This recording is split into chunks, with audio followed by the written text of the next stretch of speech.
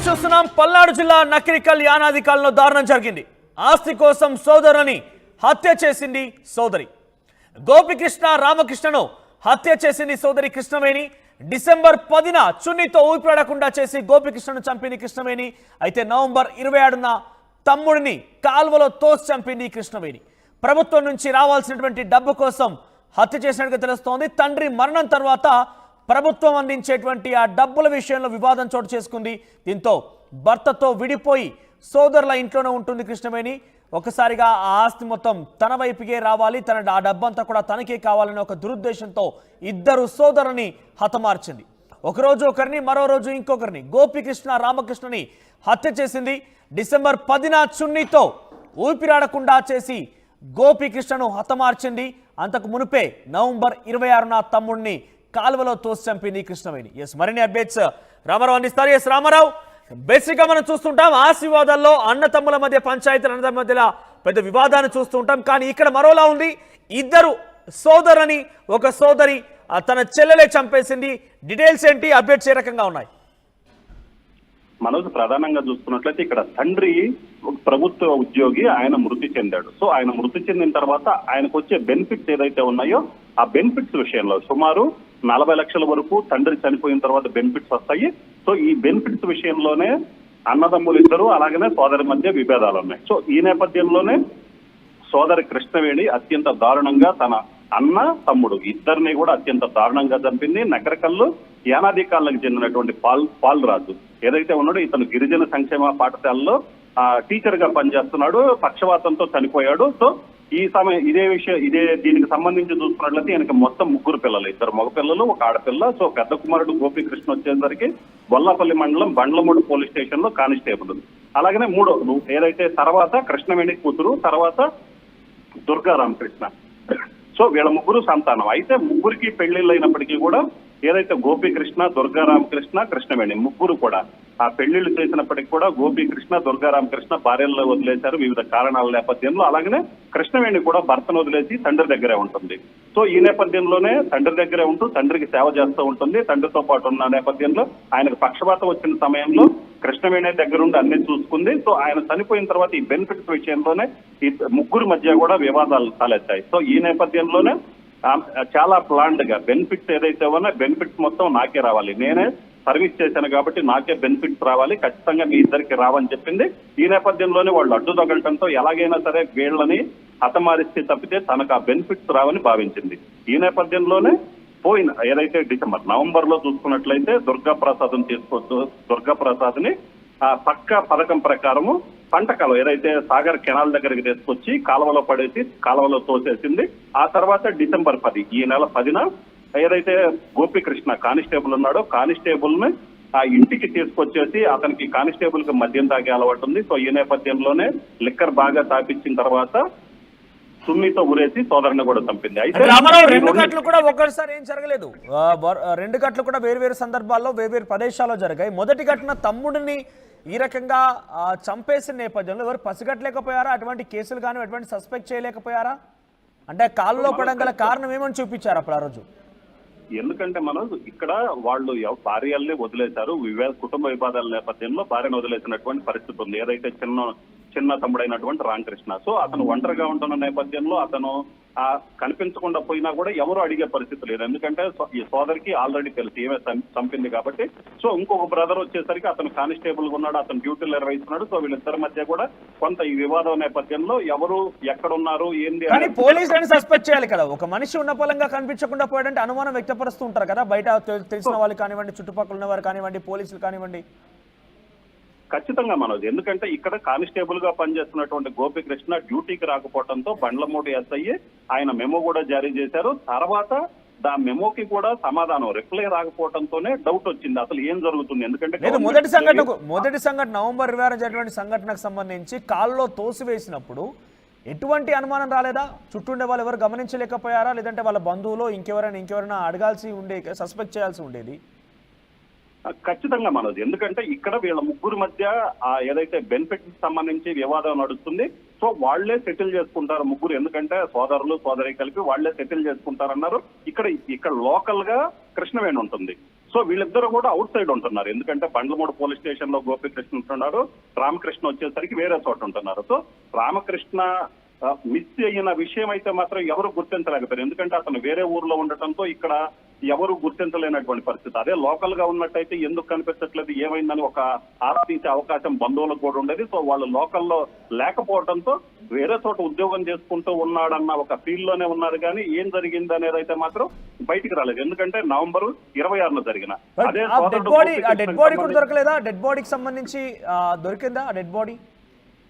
మనోజ్ ఇప్పటికీ ఏదైతే ఈ దుర్గా రామకృష్ణ ఫస్ట్ ఎవరైతే సోదరుడు ఉన్నాడో సోదరుడికి సంబంధించిన డెడ్ బాడీ కోసమే పోలీసులు గాలిస్తున్నారు. ఆమెను అదుపులోకి తీసుకొని ప్రశ్నిస్తే అక్కడ సాగర్ కెనాల్లో పడేశానని చెప్పడం జరిగింది. సో ఈ నేపథ్యంలోనూ పోలీసులు అక్కడికి వెళ్లి గాలింపులు చేపట్టారు. అలాగనే గోపీకృష్ణ ఏదైతే కానిస్టేబుల్ ఉన్నాడో కానిస్టేబుల్ ని ఎక్కడ చంపి ఎక్కడ పూడ్చిపెట్టారు, లేదంటే శవాన్ని ఎక్కడ మాయం చేశారు, ఎక్కడ పూడ్చిపెట్టారన్న కోణంలో కూడా పోలీసులు ఇప్పటికే దర్యాప్తు చేస్తున్నారు. అయితే సోదరు కృష్ణవేణి కూడా ఇప్పటికీ పోలీసులు అదుపులోనే ఉన్నట్లు మనకున్నటువంటి సమాచారం. అయితే పోలీసులు అయితే మాత్రం రామారావు ఇద్దరిని చంపేసినటువంటి తన సోదరి ఆ మహిళ ఎప్పుడు పట్టుబడింది? అనుమానం ఎలా వచ్చింది ఆమె పైన?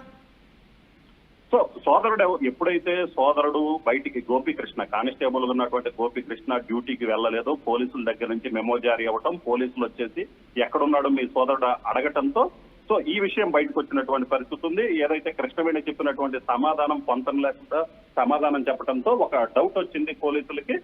ఈ నేపథ్యంలోనే వాళ్ళు విచారణ చేపట్టిన తర్వాత కృష్ణవేణి మాటల మీద డౌట్ వచ్చి కృష్ణవేణిని అదుపులోకి తీసుకొని వాళ్ళ స్టైల్లో ప్రశ్నించడంతో ఈ 2 హత్యల విషయం కూడా వెలుగులోకి వచ్చింది మనోజ్. రైట్, ప్రెసెంట్ వారి డెడ్ బాడీకి సంబంధించి లభ్యమైందా ఇద్దరు? ఎందుకంటే కాలులో పడేసినటువంటి రామకృష్ణ కానివ్వండి, గోపికృష్ణ. ఖచ్చితంగా మనోజ్ ఇప్పుడు ప్రజెంట్ అయితే ఎందుకంటే ఈ 2 డెడ్ బాడీస్ రాకపోతే సో దొరక్కపోతే ఈ హత్యకు సంబంధించి కీలక ఆధారాలు లభించే అవకాశం కూడా లేదు. సో ఈ నేపథ్యంలోనే మృతదేహాలను ఏదైతే కృష్ణవేణిని అదుపులోకి తీసుకొని ప్రశ్నిస్తున్నారు ఆమె ఇచ్చిన సమాచారం మేరకే పోలీసులు ఇప్పుడు గాలింపు చర్యలు చేపట్టారు. అలాగనే గోపికృష్ణతో పాటు దుర్గా రామకృష్ణ, సో వీళ్ళిద్దరి మృతదేహాల కోసం కూడా పోలీసులు గాలిస్తున్నారు. ఈ మృతదేహాలు దొరికితే గానీ ఈ హత్యకు సంబంధించినటువంటి ఆధారాలు, ఎందుకంటే డెడ్ బాడీలు దొరకకుండా అన్నోన్ గా ఉన్న సమయంలో వాళ్ళు పోలీసులు కూడా ఏం చేయలేనటువంటి పరిస్థితి ఉంది. రామారావు ఫైనల్ ఒకటి చెప్పండి, అక్కడ కనిపించేటువంటి ఫోటోలు మాకు కనిపిస్తోంది. ఇక్కడ కృష్ణవేణికి సంబంధించి ఫోటోస్ మనం వేస్తూ ఉన్నాము. సో కృష్ణవేణి బేసిక్ గా ఒక సోదరి, అక్కడ కనీసం ఆ బ్లడ్ రిలేషన్షిప్ అయినా గుర్తుకొచ్చి ఉండాలి. లేదు కాదు కూడదలు మరీ క్రూరంగా ప్రవర్తించిందంటే తను ఒక మహిళ ప్రతిఘటించినా లేదంటే తిరుగుబడ్డా కూడా ఇద్దరు కూడా సోదరులు స్ట్రెంత్ పరంగా తనకన్నా ఎక్కువగా ఉంటూ ఉంటారు. కాబట్టి ఒక్కటే 2 హత్యలు చేసిందా?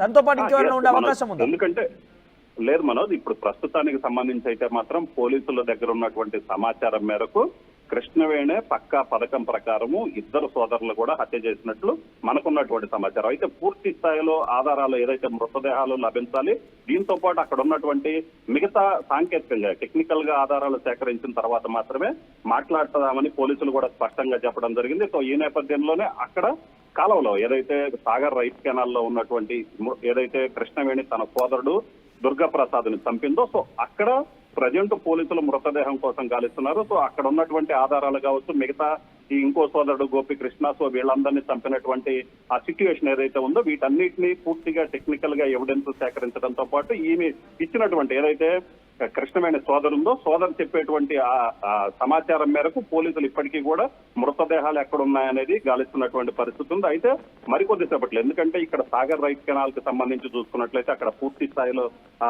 సాగర్ రైట్ కెనాల్ పూర్తి స్థాయిలో ప్రవహిస్తున్న నేపథ్యంలో డెడ్ బాడీలు ఎక్కడికి వెళ్తాయి, సో వాటికి సంబంధించి కూడా సమాచారం సేకరిస్తున్నారు. అలాగే గోపికృష్ణ కానిస్టేబుల్ ఎవరైతే ఉన్నారో ఈ కానిస్టేబుల్ కి సంబంధించి మృతదేహాన్ని ఎక్కడ మాయం చేసిన సందర్భంలో సో ఆమెను సో దీనికి సంబంధించి అతని మృతదేహం కోసం కూడా పోలీసులు గాలిస్తున్నారు. మనోజ్ రైట్ రామారావు, సో చాలా దారుణం జరిగింది పల్నాడు జిల్లా నకిరికల్లో.